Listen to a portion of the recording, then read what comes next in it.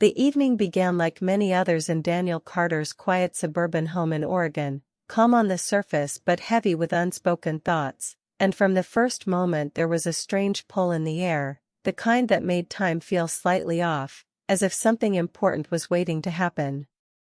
Daniel had just come home from work, his jacket still on the chair, when he noticed his son Erick sitting at the kitchen table instead of his room, fingers resting on a worn notebook, eyes focused but distant.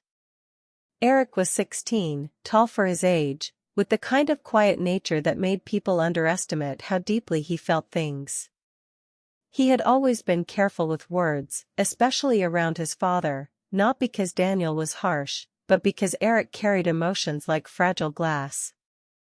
Daniel sensed it immediately, that silence that asks to be noticed, and before he could speak, Erick looked up and asked a simple question that landed harder than expected. "Dad, can I try it for the first time?" Daniel knew what it meant without asking. For weeks, Erick had been talking about an open mic night at a small cafe downtown, a place known for soft lights, gentle music, and people who listened. Erick had been writing songs late at night, quiet melodies about growing up, about missing his mother who had passed years ago, about feeling invisible and wanting to be seen. Daniel had heard those songs through thin walls, never interrupting, afraid that stepping in might break something delicate. Now the moment had arrived, and Daniel felt the weight of it press against his chest. He remembered his own youth in a small town in Ohio, how he once dreamed of playing baseball beyond high school, how fear and responsibility had slowly pushed those dreams aside, how love slipped through his fingers because he waited too long.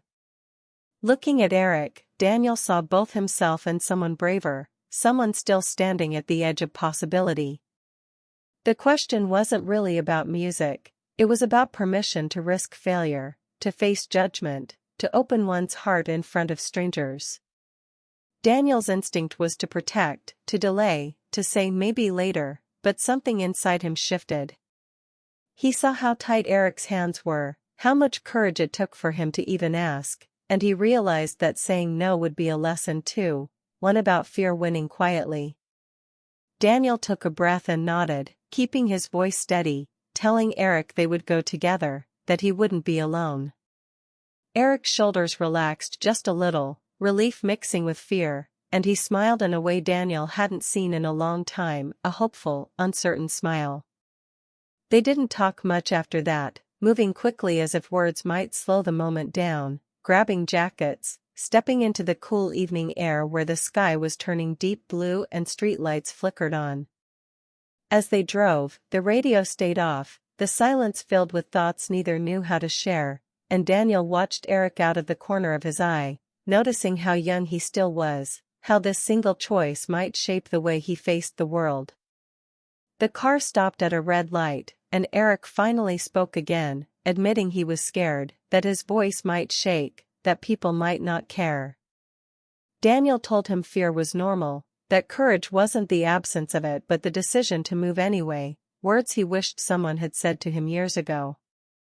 When they reached the cafe and parked, Daniel felt a strange mix of pride and sadness, knowing that this was a step forward for Erick and a reminder of time passing too fast.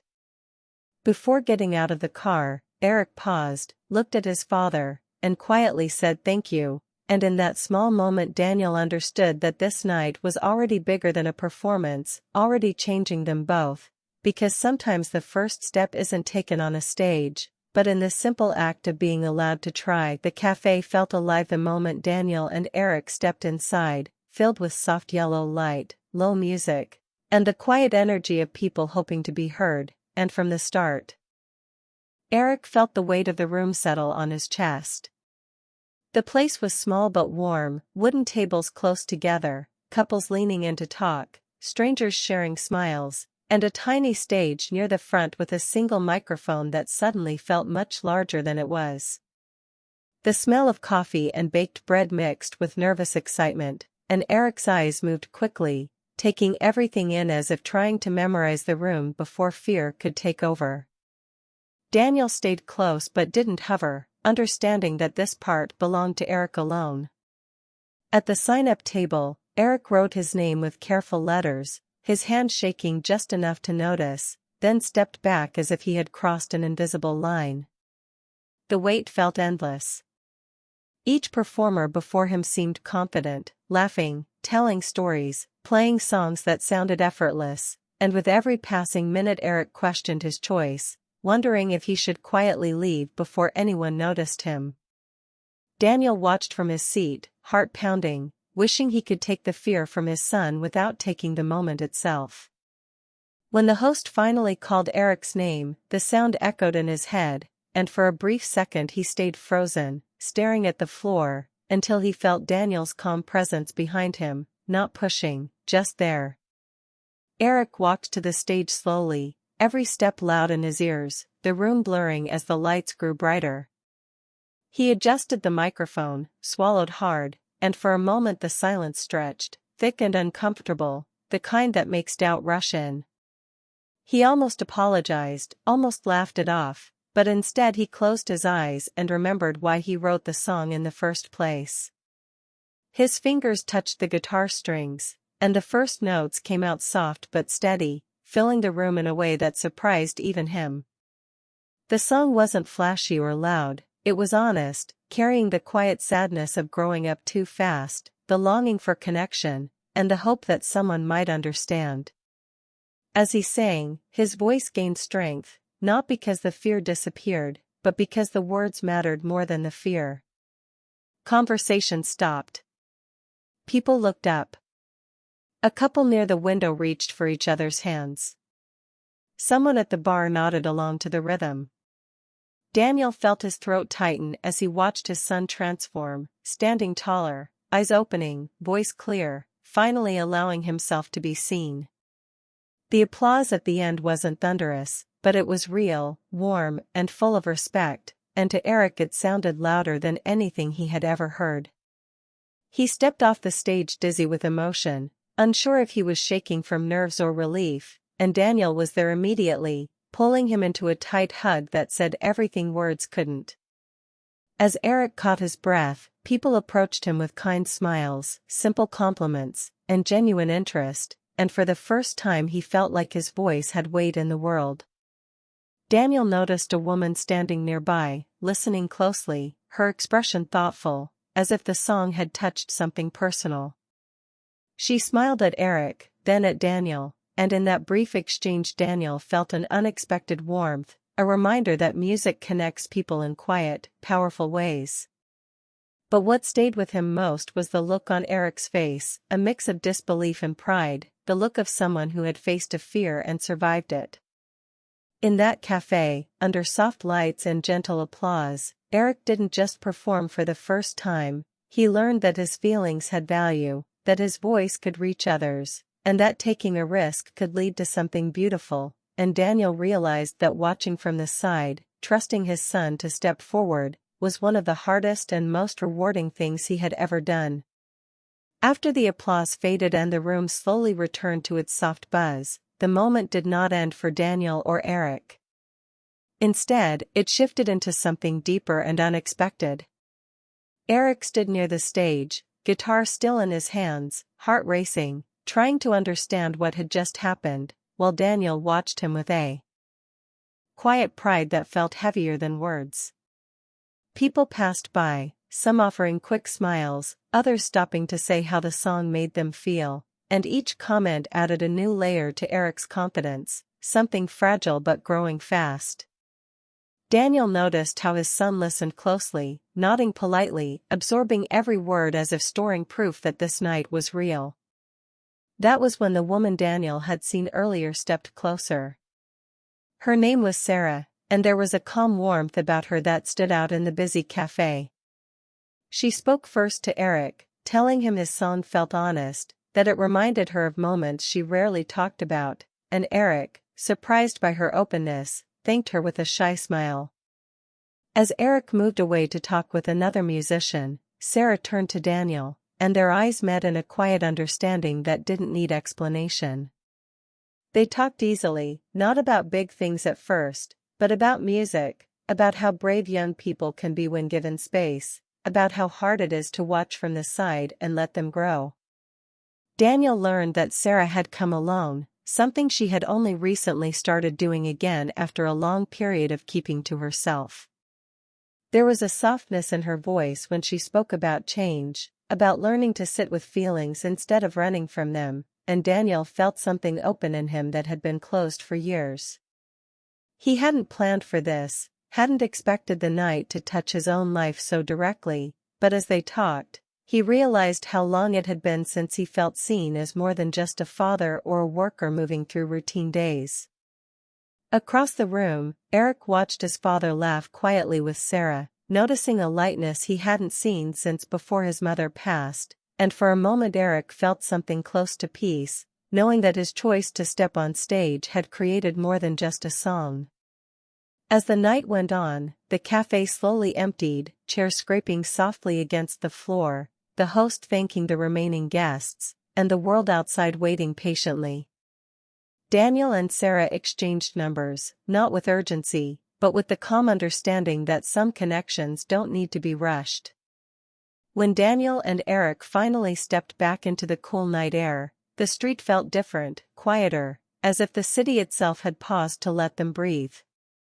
On the drive home, Erick spoke openly, sharing how afraid he had been, how close he came to walking away, how the fear didn't vanish but changed once he started singing. Daniel listened carefully, offering no lessons, only understanding, realizing that his son had crossed a line into self-trust that couldn't be taken away. He also found himself thinking about Sarah, about the gentle way she listened, about how life sometimes offers second chances without warning. That night stayed with them both, not just as a memory of applause or kind words, but as proof that opening one door can quietly unlock others. Erick had faced the world with his voice, and Daniel, without meaning to, had allowed his guarded heart to feel again, and as they pulled into their driveway and the house lights came on, both knew that something inside them had shifted, something that would continue to grow long after the music faded. The weeks after that night moved quickly, yet each day carried a quiet change that neither Daniel nor Erick tried to rush, as if they both understood that something important had begun and needed space to grow. Erick returned to the cafe again, then to others like it, sometimes alone and sometimes with his father watching from a distance, and each time he stepped on stage, his hands shook less and his voice grew steadier, not because fear disappeared, but because he learned how to walk beside it. School felt different too, he spoke more, smiled more, and carried himself with a calm confidence that came from knowing he could face a room and survive. Daniel noticed these changes with a steady pride, understanding that the greatest gift he had given his son was not advice, but trust.